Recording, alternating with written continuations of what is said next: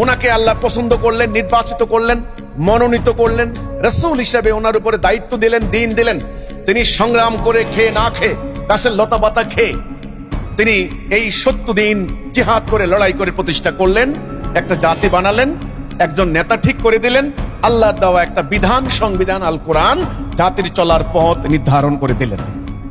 দিয়ে তিনি চলে গেলেন। তিনি বললেন, 5টি কাজের আদেশ আল্লাহ আমাকে দিয়েছেন, আমি তোমাদেরকে দিয়ে যাচ্ছি। 1 নাম্বার, তোমরা ঐক্যবদ্ধ থাকবে। 2 নাম্বার, তোমরা একজন নেতার আদেশ শুনবে, তার আনুগত্য করবে।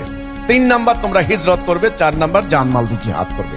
যারা এই কর্মসূচি থেকে আধাত সরে যাবে, তাদের গলা থেকে ইসলামের রশি খুলে যাবে। নামাজ পড়লেও, রোজা রাখলেও জাহান্নামে জ্বালানি পাথর। এই সাবধান বাণী উল্লেখ করে দিয়ে তিনি আল্লাহর কাছে চলে গেলেন।